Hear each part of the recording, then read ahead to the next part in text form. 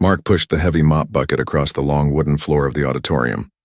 The hall was silent now, the kind of silence that makes a person hear their own footsteps more clearly than ever. Hours earlier, the place had been full of laughter and clapping, a school event with music and bright lights. But now, only one man remained behind to clear the mess. To everyone else, he was invisible, a man in old work clothes with sleeves rolled up and tired eyes. But this man, Mark, carried a story that no one in the audience would ever guess. He worked every evening, moving from one end of the school to the other, sweeping, mopping, and collecting empty bottles and crumpled papers left behind by careless hands. Most students barely noticed him. Some walked past without even making eye contact, as if he was part of the furniture. Teachers gave him polite nods, but nothing more. For them, Mark was just the janitor, the man who appeared when the lights dimmed, when the show was over, when the applause had ended. Yet, if one looked closer, they would see that his hands, though rough from years of scrubbing floors, carried an unusual grace when he worked. He moved quietly, almost rhythmically, as if cleaning was a kind of dance he had learned by heart.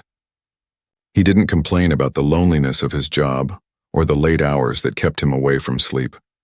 Instead, he worked with steady focus, thinking of the reason he kept going, his little daughter waiting for him at home. Mark wasn't always a janitor. Once, long ago, he was a young man with dreams. He used to sit at a piano, pressing keys with all the passion in his heart. Music was not just a hobby for him. It was a language, a way of speaking when words were too small to hold his feelings. But life has a way of taking dreams and placing them on a high shelf, out of reach. When tragedy came and he lost his wife, his world changed. With a child to raise and bills piling up, there was no room for music. There was only survival. As the years passed, people forgot that Mark had once been someone with a gift. Even Mark himself tried to forget. Every night when he walked into the empty auditorium, he pretended he didn't hear the faint whisper of the grand piano waiting on the stage. He pretended he didn't feel the ache in his fingers, the longing to touch the keys again. He convinced himself he was too old, too busy, too tired, but still the memories lived inside him. Sometimes, as he wiped dust from the chairs or gathered the leftover programs from the floor, he remembered the sound of music filling this same hall. He remembered the way notes could rise and fall like waves, carrying people to places they never expected. And deep inside, he wondered what it would feel like to sit at that piano again, even for just a moment. That night, as he leaned on his mop and looked around the empty room, the stage seemed different. The spotlight above was still on, casting a faint glow on the grand piano at the center. It almost felt like the instrument was calling him, waiting for someone to bring it to life again. Mark shook his head and laughed quietly at himself. "I'm just here to clean," he whispered. "That's all." But the thought wouldn't leave him. All evening, as he swept the far corners and polished the floorboards, his eyes kept drifting back to that piano. Each time, his chest tightened a little more, like a secret trying to break free. He told himself no one cared who he was. No one expected him to be anything more than the janitor. Still, something in his heart said otherwise. For now, he kept working, dragging the mop across the glossy wood, collecting trash, stacking chairs. He was used to being unnoticed, used to walking among crowds without leaving a trace. Yet, in that quiet moment, Mark was standing at the edge of something he couldn't name. The night felt different, like the silence was holding its breath, waiting. He had no idea that soon, when his fingers finally touched those piano keys, everything would change, not just for him, but for everyone who thought they already knew who he was. When Mark was young, he never imagined his life would turn out the way it did. He grew up in a small neighborhood where music was his safe place. While other kids played outside with footballs and bicycles, Mark would sit inside with his old second-hand piano, pressing the keys slowly at first, then faster, until he could make melodies that filled the house. His parents were not wealthy, but they supported him as much as they could. They used to say, "Our boy has magic in his fingers," and in truth he did. Every note he played carried his feelings, and every song he learned became a part of him. In those days, Mark had big dreams. He wanted to study music, to travel, to play in front of large crowds who would listen with shining eyes. He imagined himself on grand stages, bowing after thunderous applause. He believed music could take him anywhere, maybe even change the world in its own way. But dreams often live in fragile houses, and reality has a way of breaking them down. When he met Anna, his world shifted again, but this time in the most beautiful way. She was gentle, with a smile that made him believe in things he couldn't put into words. Anna loved his music. She used to sit close to the piano, eyes closed, letting his melodies carry her away. "One day," she would whisper, "people will know you for the gift you have." Mark never felt as confident as when she said those words. With Anna by his side, he felt his dreams were possible, not just wishes. Life was not easy, though. They married young and soon had a daughter. Bills stacked higher, responsibilities grew heavier. Mark still played, but music no longer paid the rent. So he took jobs, first small ones, then finally the janitor position at the school. "It's only for a while," he told Anna. "Just until we can find a better way." She believed in him, always encouraging him to keep his spirit alive. But fate has its own cruel timing. The day of the accident is something Mark never speaks of, even to himself. One moment he had a family, and the next Anna was gone, leaving him alone with their little girl. The shock of it crushed him. Music, once his escape, became painful to touch. Every note reminded him of her. The piano that had once been his treasure turned into a ghost of what he lost. He closed that chapter, telling himself that his daughter was now his only stage, his only audience. From that day, Mark's dreams no longer mattered. He stopped thinking about applause or crowds. He thought only about keeping food on the table, keeping a roof over their heads, and raising his child with love.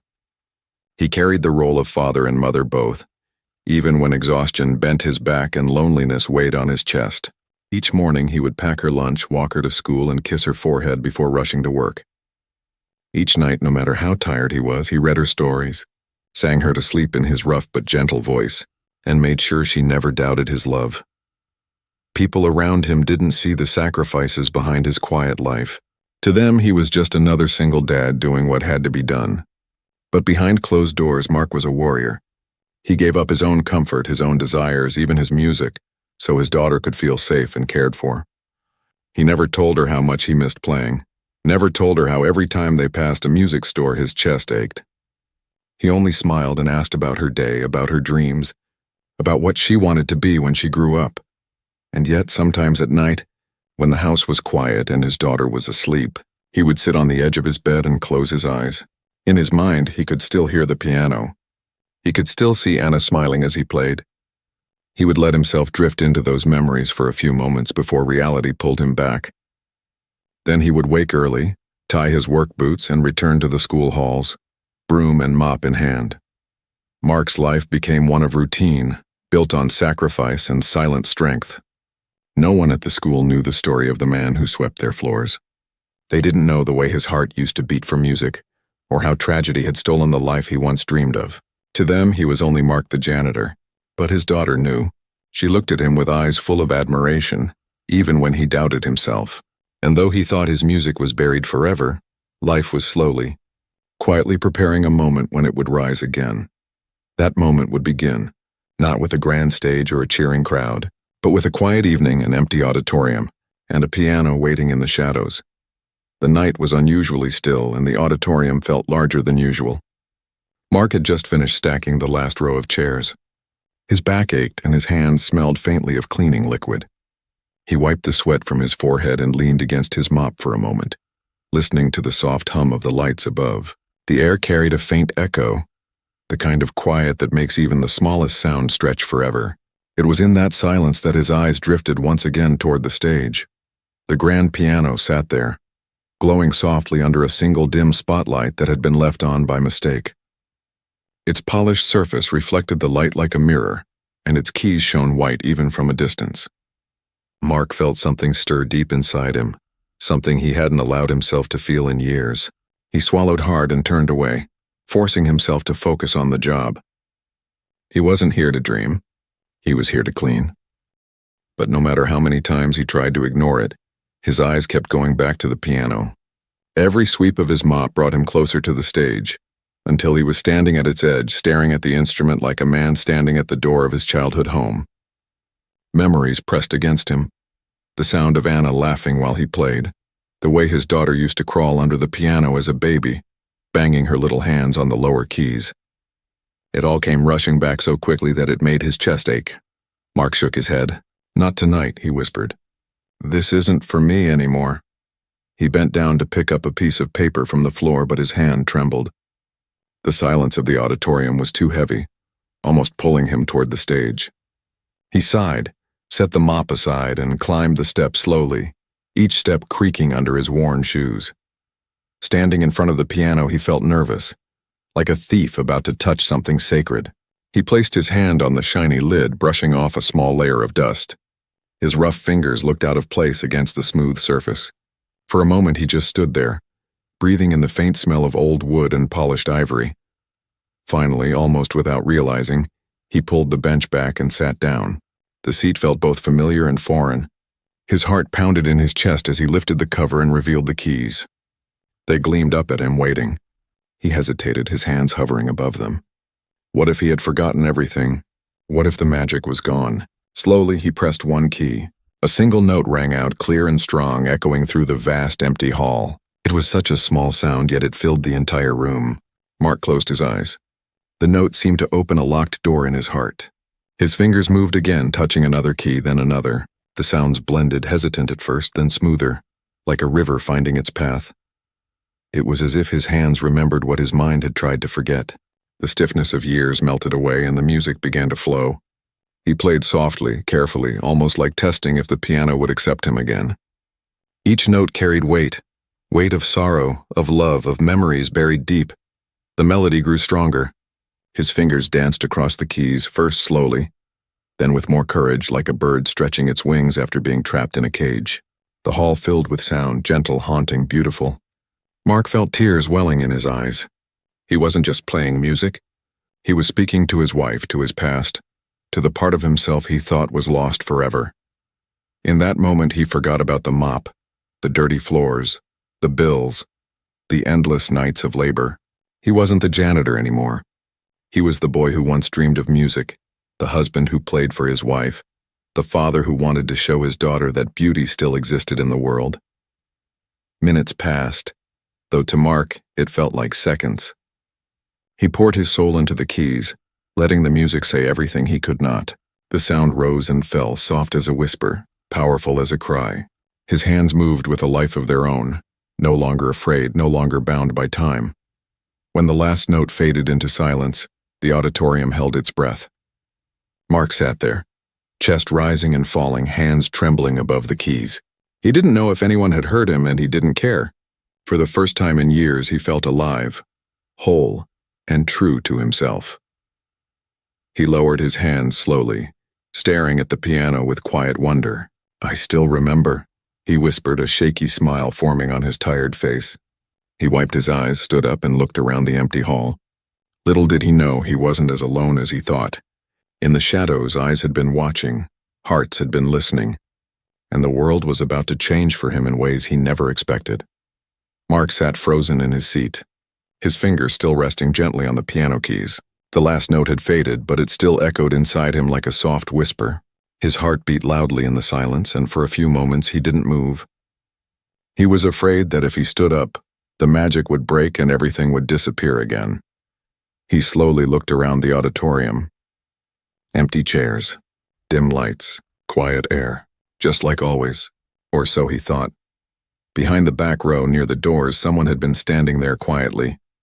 Miss Taylor, the school's music teacher, had returned to collect her forgotten bag. She had stepped into the auditorium just as Mark began to play, and what she heard stopped her in her tracks. She didn't move, didn't speak, she simply stood there watching and listening. It was as if time had frozen for her too. Miss Taylor had seen many students perform. She had heard trained musicians, practiced fingers, and confident voices. But what she heard tonight was something different. It wasn't perfect, not by technical standards, but it was real, raw, full of feeling. Each note carried years of heartbreak, love, pain, and hope. The kind of music that couldn't be taught in a classroom. It came from life. Mark stood up slowly, unaware he had been watched. He wiped his hands on his uniform, embarrassed by the wetness in his eyes. He shook his head and gave the piano one last look before stepping off the stage. It was late. He still had to lock up, go home, and prepare breakfast for his daughter before the morning. He picked up his mop and bucket, returning to the quiet role he had played for so many years. But Miss Taylor didn't move.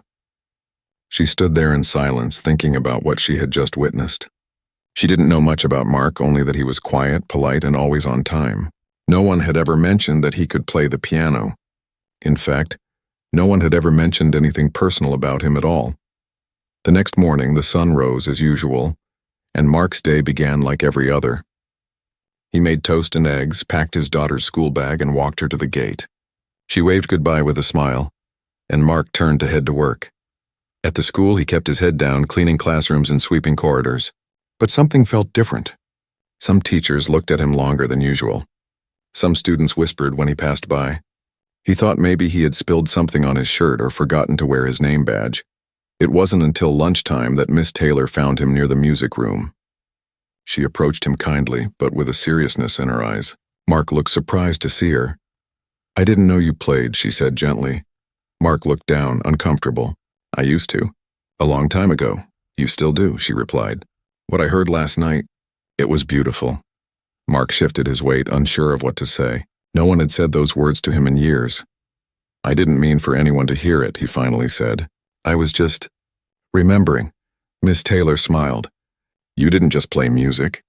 You told a story, one that people need to hear." Mark chuckled softly. "I'm just the janitor." She shook her head. "No, you're a musician, a father, a man with a gift." Mark felt a tightness in his throat. He wasn't used to being seen. Not like this. Then she added something that caught him off guard. "We have a school talent show next week. You should play." Mark's eyes widened. "No, I don't belong on that stage. That's for the students." She looked him in the eye. "That stage is for anyone with something to share. You have something special, Mark. Don't hide it." He didn't answer right away. His hands were shaking slightly. The idea of playing in front of a crowd after all these years, after everything he had lost, scared him. What if he failed? What if they laughed? What if he wasn't good enough anymore? But deep inside, something was growing. A small voice, faint but steady. It reminded him of who he used to be. It reminded him of the joy he once felt sitting at a piano bench. It reminded him that maybe, just maybe, it wasn't too late. That night at home, he tucked his daughter into bed. As he kissed her goodnight, she looked up at him with sleepy eyes and asked, "Daddy, did you play the piano at school?" Mark paused. "Just a little." "I wish I could hear you," she said with a yawn. He smiled. "Maybe someday you will." He sat in the living room for a long time after she fell asleep, thinking about the empty stage, the shining piano, and the music still trapped inside him. Maybe this was the moment. Maybe he wasn't just the man who cleaned up after the show. Maybe he still had a part to play. And just like that, a decision began to form in his heart, one that would change everything. Mark sat alone in the school's storage room, a small space filled with brooms, buckets, and shelves stacked with cleaning supplies. In his hands, he held a crumpled paper, a flyer for the school talent show. He stared at it for a long time, his mind full of noise. The music teacher's words echoed inside him. "You should play." But he couldn't decide. He had spent so many years hiding that part of himself. He had built a quiet life made of routines and hard work. There was no stage in that life. No spotlight. No audience. Only a little girl at home who depended on him, and a job that barely paid the bills. Could he really change that now? Was it foolish to even think about it? His hands trembled slightly as he folded the flyer and slipped it into his pocket. He didn't say yes. He didn't say no. But something inside him had already begun to shift. That night, Mark couldn't sleep. He lay in bed staring at the ceiling while his daughter slept peacefully in the next room.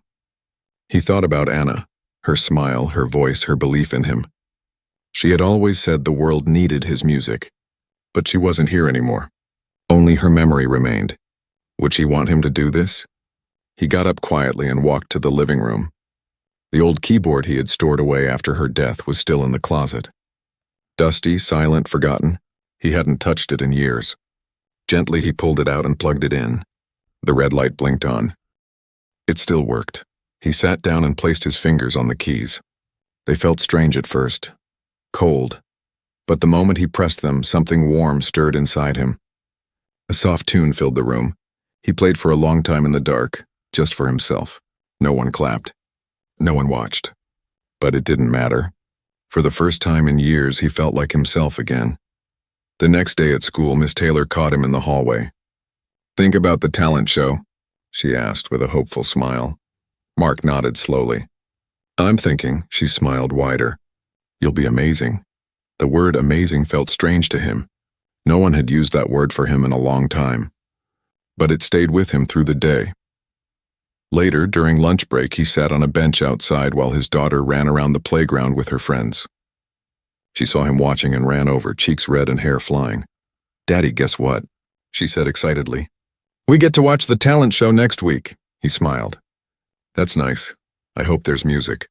I love music, she said, then paused. You play music, right? Mark blinked, caught off guard. I used to. A long time ago. You should play, she said, bouncing with excitement. Please, Daddy. I want to hear you. Her words hit him like a wave.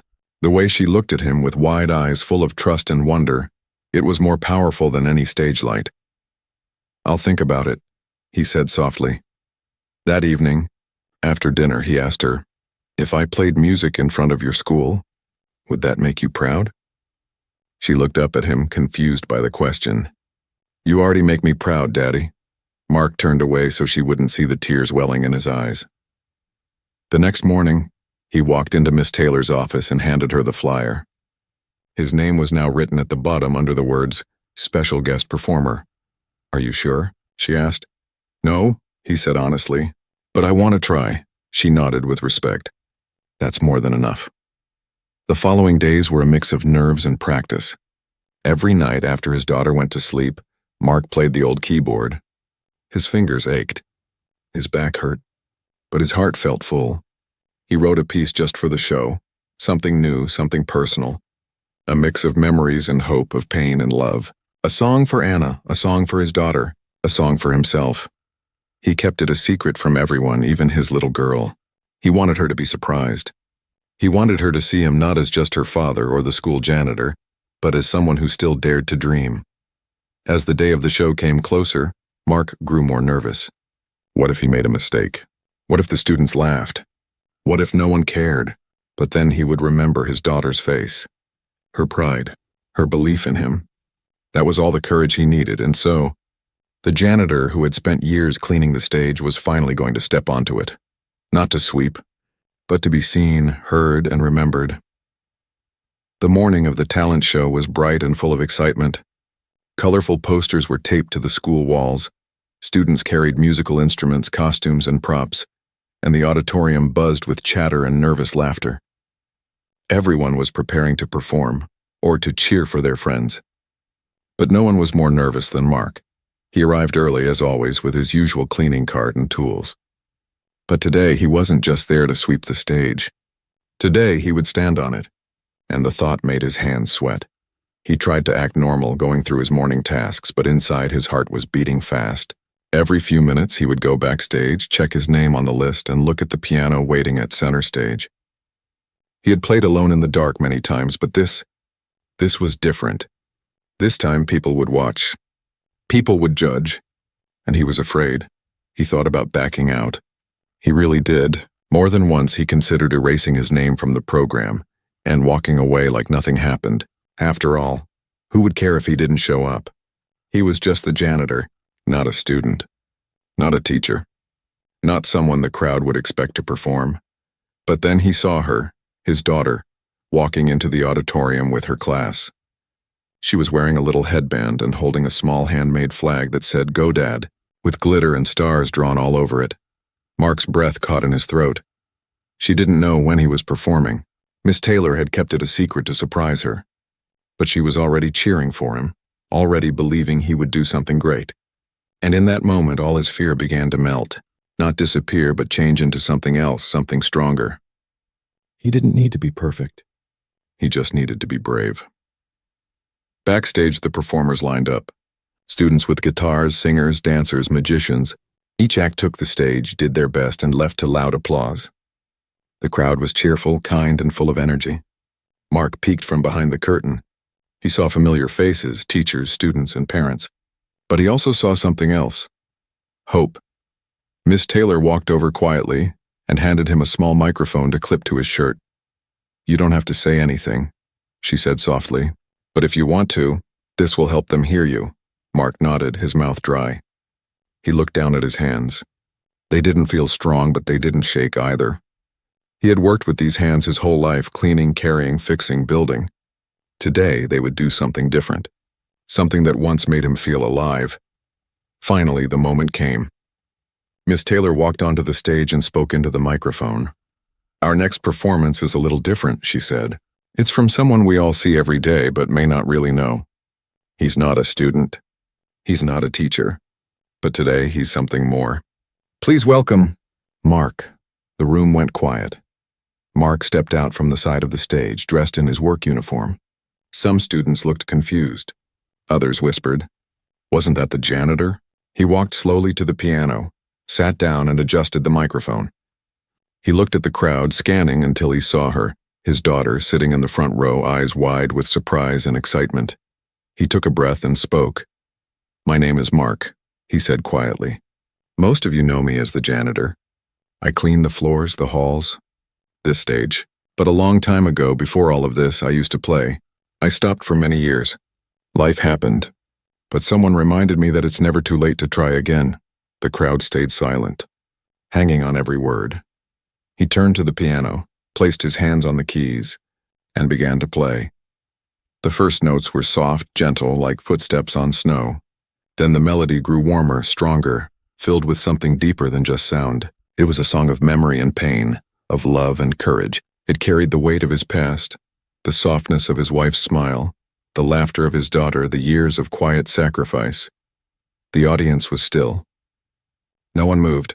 No one whispered. Even the youngest student sat silently, eyes wide, hearts open. And when the song ended, the silence broke. Applause thundered across the auditorium. People stood up, clapping, cheering. Some had tears in their eyes.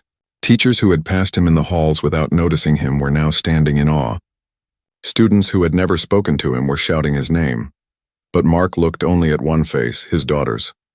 She was standing on her chair, clapping with all her strength, tears rolling down her cheeks and the biggest smile on her face. "That's my dad," she shouted proudly.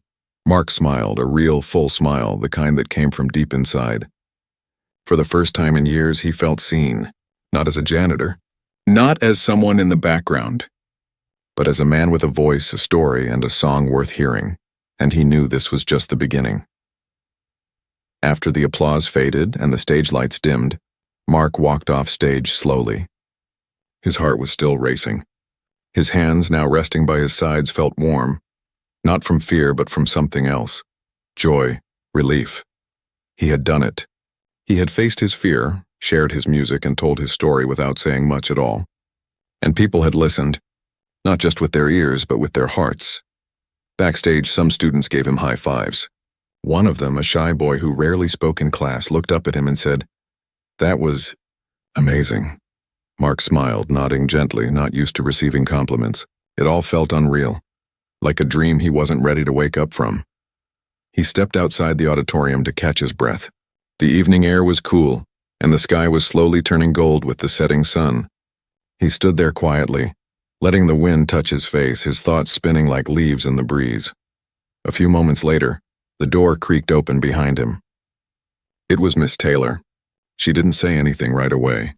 She just stood beside him, hands in her coat pockets, looking out at the sky.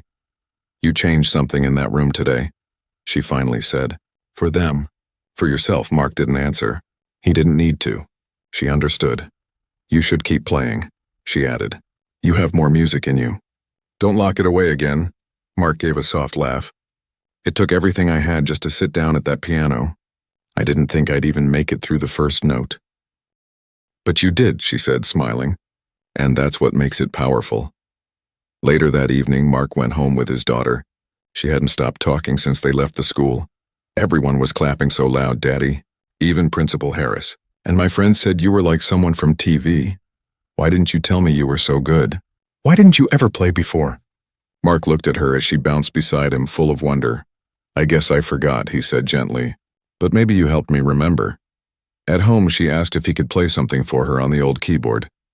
He smiled, pulled it out from the corner and played her Lullaby, a sweet little song he had written when she was just a baby. Her eyes sparkled as she listened, and she rested her head on his shoulder afterward. "That's my favorite song," she whispered, "because it's ours. The next day at school, everything felt different.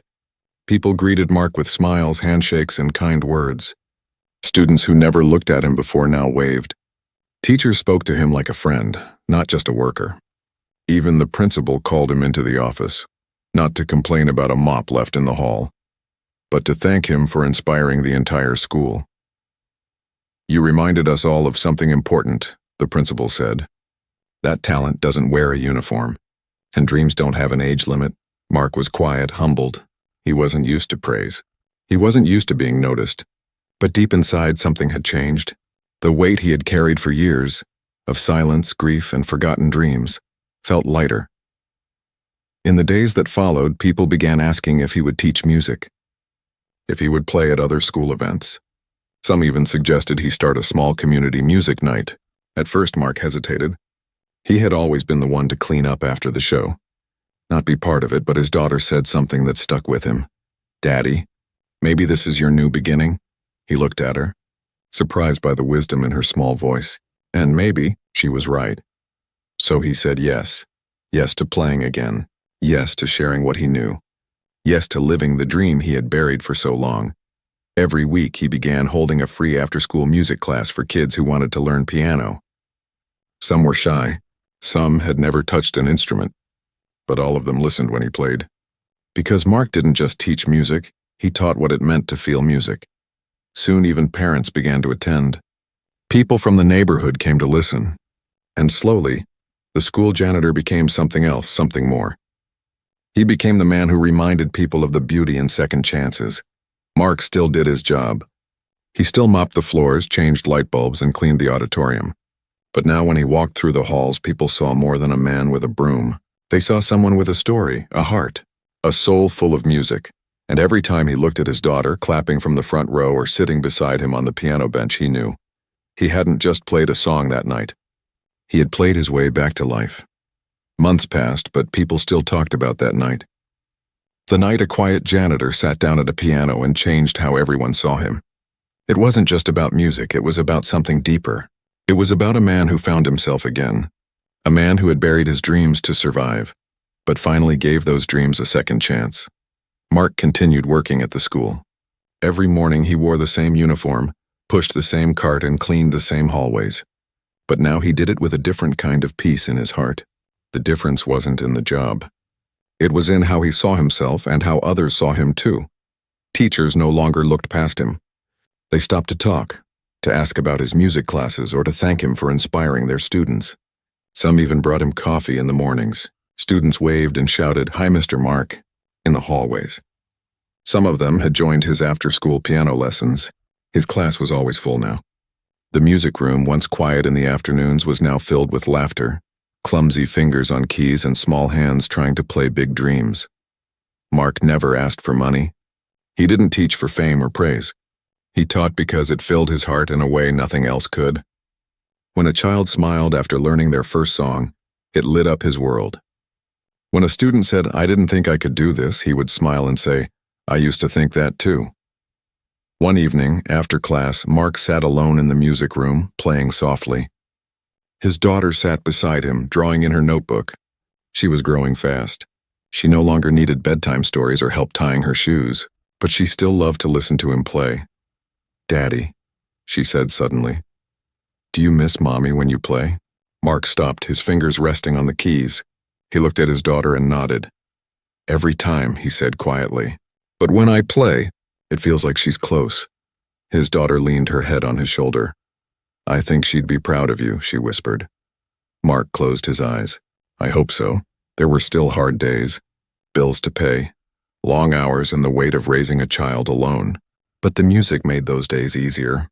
It gave him strength. It gave him purpose. One morning, the principal called Mark into his office again. But this time it wasn't just for thanks. He had an offer. "We've been thinking," the principal said. "The students love your class. The parents love what you're doing. We'd like to make it official, offer you a part-time music instructor role. You'd still have your janitor job if you want it, but you'd also be a teacher." Mark was speechless. A teacher? Him? He looked down at his hands that had spent years scrubbing floors, fixing sinks, carrying loads heavier than people knew. He never thought those same hands would be seen as hands that could teach. He nodded slowly. "Yes," he said. "I'd like that." That night when he told his daughter the news, she jumped into his arms laughing. "I knew it," she shouted. "I knew you were more than just a janitor." Mark smiled through tears. "So did Mommy," he whispered. Word of his story began to spread beyond the school. Local newspapers called him the piano janitor. Some reporters asked to interview him. A video of his performance had been posted online and had quietly gained thousands of views. But Mark didn't care about the attention. He didn't do any of it for fame. He only cared that his daughter was proud, that his music was alive again, and that somewhere, maybe up in the stars, Anna was smiling. Years later, when his daughter grew up, she often told the story of her father. Not just to friends, but to strangers, to her own children, and even at events, she would say, "My father was a janitor. He cleaned floors for years." People thought that was all he was. But one night he played the piano and showed the world who he really was. And every time she said it, her voice would carry pride, love, and just a touch of awe. Because sometimes heroes don't wear capes. Sometimes they wear work boots and carry mops. And sometimes their greatest gift is not what they do, but what they give to others. Mark didn't become rich. He didn't go on world tours or play in giant concert halls. But he did something more powerful. He lit a spark in young hearts. He reminded people that hidden talents live in the quietest places, that it's never too late to start again, and that sometimes, even after years in the dark, a single note can bring everything back to life. And for Mark, that was enough. Because in the end, he hadn't just played the piano, he had played his heart, and everyone listened.